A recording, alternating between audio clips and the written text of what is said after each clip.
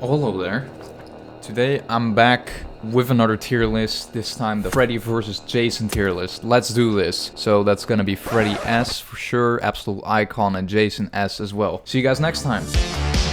Bruh. That was a terrible bit. Anyways, a lot of y'all have seen my individual franchise rankings for Friday the 13th and the Nightmare on Elm Street. I didn't include Freddy vs. Jason, and that's because I wanted to do this video. So let's do this. We're gonna go over these in order of release date, starting with the first Friday the 13th, 1980. Now this is a slasher classic. I remember seeing it for the first time. I bought the Blu-ray, which had Jason on the cover. I was so disappointed when he was not in there, because everyone knows Jason. I remember one time I was filming a promotional video for primary school, and there was this, I don't know, 7-year-old kid looking at my shirt, which had Jason on it, saying like, "Wow, that's Jason." I was like, what the fuck? You're 7, dude. How do you know about Jason fucking Voorhees? So I was a bit disappointed at first, but over time it has really grown on me, and I find myself enjoying this one more and more each time. I do feel like the movie has a couple pacing issues, but overall it's such a solid watch. Super atmospheric, and one of the more serious, good psychological slashers in the franchise. One of the only few, quite honestly. However, I don't revisit this one a whole lot compared to some of the other movies on here, so I couldn't put it S, but I think A would be a fair spot for the first Friday the 13th. Friday the 13th Part 2, I'm a bit biased towards this movie because I interviewed Bill Randolph, but overall I feel like this is a fantastic sequel. I really feel like this one does a great job adding stuff to the first one. In my opinion, it's better than the first one. Just the whole climax, you know, the strong final girl beating Jason in a very smart way. I absolutely love it, and it's still a bit serious and atmospheric. This is one of my favorites in the Friday franchise, so this one's gonna go S for sure. Friday 3. This one isn't one of my favorites. It's entertaining as fuck. It's a fun freaking watch. I can pop this one in really often and have a good time with it. However, this is a terrible movie. This one's pretty damn bad. Just the acting is horrendous in this one. The characters are so stupid. But overall, the whole atmosphere, the summer atmosphere is so much fun. As you can see, I'm already getting in my own summer mood right now. And it's only May. It's actually cold as fuck outside. But let's just pretend the sun is shining on us and roll with it, you know? Had to wear it for this video. So yeah, this is one you shouldn't really take that seriously and kind of watch more sarcastically, because then you can have a whole lot of fun with it. So personally, I'm gonna go B tier with this one. Friday the 13th Part 4, the final chapter. This one is amazing. However, I always find I don't enjoy it as much as other people do. A lot of people have this one as their favorite. It's never been my favorite, really. It's fantastic for sure. I love it because I love all of the Friday the 13th movies, to be completely honest with you. There's something different I can enjoy about each one of them. However, this one, besides Tommy Jarvis and the climax, I usually don't find this one to be as memorable as some of the other ones. I also don't find this one to be as entertaining as some of the other ones. I don't rewatch this one a whole lot, but whenever I do rewatch it, I find myself having a blast beside of some slower moments in it, which are obviously welcome too, you know. It doesn't have to be just killing every single minute, but overall this is a fantastic movie, great atmosphere and great filmmaking overall. So I'm definitely gonna put this one A. I feel like it's up there with the original for sure. Alright, the first in the Nightmare on Elm Street franchise, the original. This used to be in my top 5 movies of all time. It's a freaking classic, like seriously. Out of all of these movies, this one had the biggest impact on movies, I guess. I was born in 2003, so I have no fucking idea what I'm talking about, probably. And it holds up really well. You know, you've got fantastic performances. Heather Langenkamp as a amazing final girl. She's great in this, and overall this is one, you know, that's still very much serious and genuinely creepy, yet not slow or boring or anything. It takes its time to, you know, develop some of the characters. However, it doesn't drag. I mean, like I said, it's a classic. No surprise here. This one's going S tier. Holy shit, that fucking rhymed. Friday the 13th Part 5.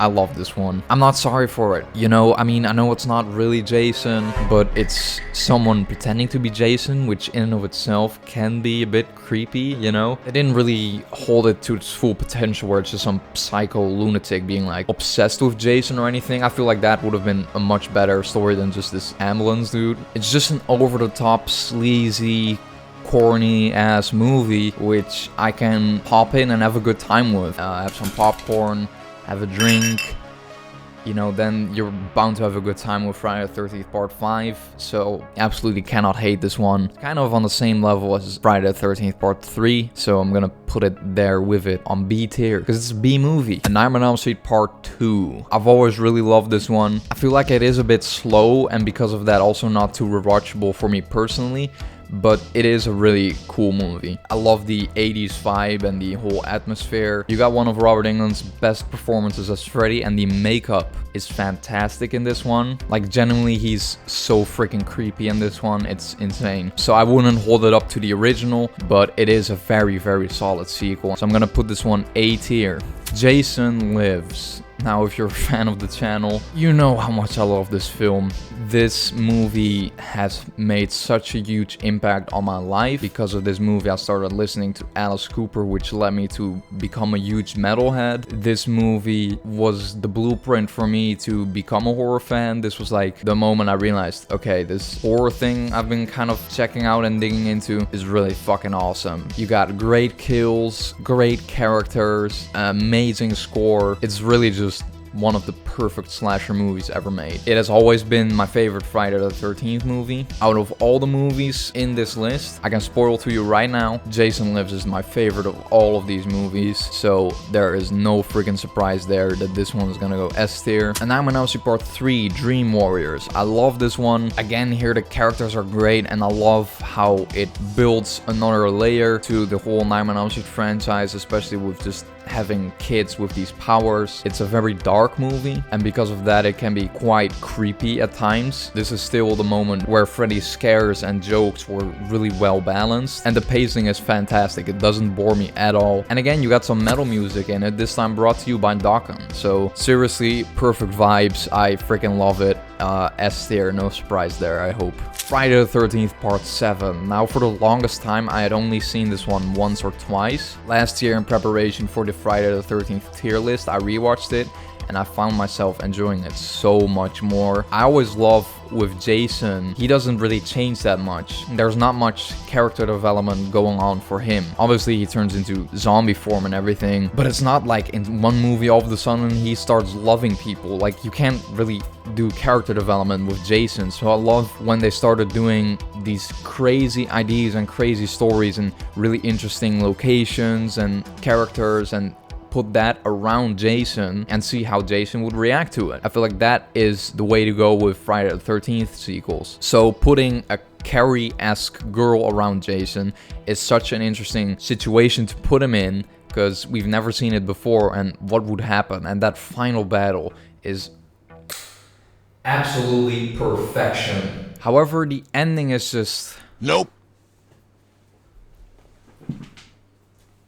No, no, no.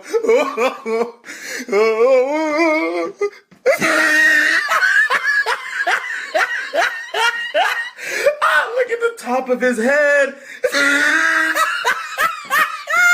They really fucked it up on that one. But I still love you, New Blood, because I can't hate any Friday the 13th movie. So I'm gonna put you A Nightmare on Elm Street 4, The Dream Master. By the way, in my separate Nightmare on Elm Street tier list, I said that this is a gothic movie.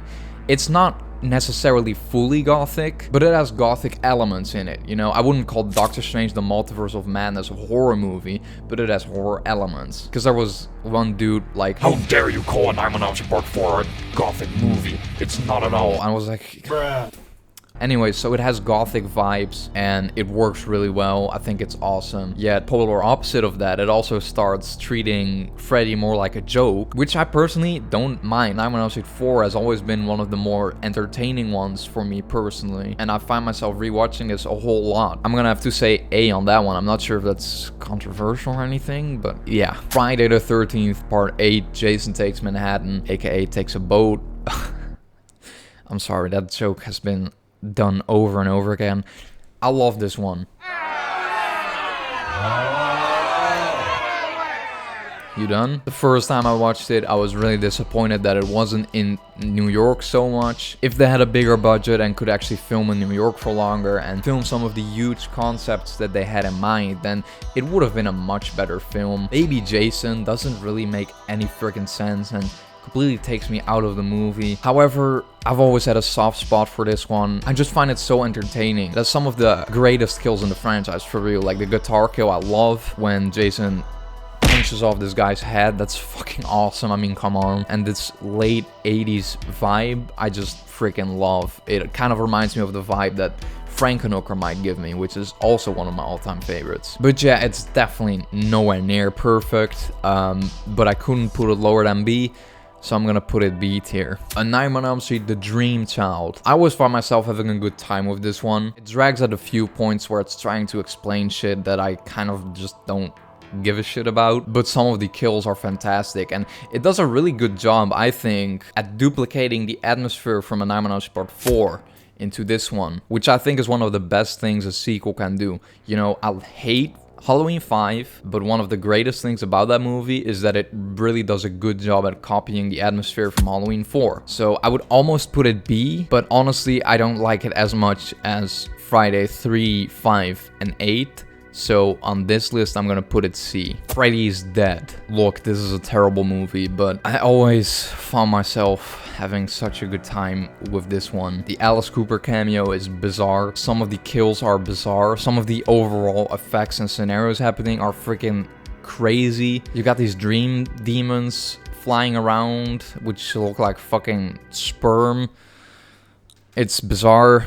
Completely unnecessary 3D effects. But I always find myself enjoying this one regardless. Kind of in a similar way as to Nightmare Part 5, so I'm gonna put this one along with Part 5 on the C tier. Jason Goes to Hell. I know a lot of people hate this film, but I think this is a great horror movie. It was directed by Adam Marcus, who was a huge horror fan at the time, who got a big budget and was like, okay, I got a big budget. Sean S. Cunningham is telling me not to put Jason in this film, get rid of the hockey mask. What does he do? He does pretty much everything you could imagine in a horror movie except for Jason. So I know a lot of people would say this is a good horror movie but not a good Friday film. I wholeheartedly disagree with that. I still think this is a good Friday film because this is how the franchise was supposed to continue, in my personal opinion. Just these crazy ass scenarios Jason finds himself in, you know, body hopping, or literally coming out of hell with a bunch of other serial killers, which was actually done in this book, Friday the 13th Hell Lake. I wish this was a movie, for real. However, this book was pretty bad. The concept was great, but sadly we only got that sort of style of Friday movies with Part 7, 8, Jason Goes to Hell, and Jason X. And I know if they do a reboot now, they're gonna go back to formula, much like the Halloween franchise is doing now. I think it works for Halloween, but not really for Friday the 13th. I rewatch this one all the time. The pacing is fantastic. So this one is easily going S tier. It's one of my all-time favorites. Wes Craven's New Nightmare. This, I mean, come on. I'm speaking so positively about every single one of these movies, but that's why these franchises are my favorite, especially Friday the 13th. The story is so creative and unexpected, and pretty much the best way you can continue a franchise that you've kind of killed with the last sequel. You know, I love you, Freddy's Dead, but it's just true, you kind of killed the franchise. This just kicks the friggin' franchise up its ass and makes it skyrocket again into pop culture. You know, it's almost not even really a slasher because there are not too many kills in this one. This one is, for me personally, definitely going A tier because it's really a freaking well-made movie. Jason X. This is one of my favorite Friday movies. This is probably in my top 3 Friday movies. I can't really explain my love for Jason X, but one thing that certainly helps me to really like this film are these books. These are the Jason X spin-off books. I'm actually currently rereading Jason X The Experiment, which is the second book in the series.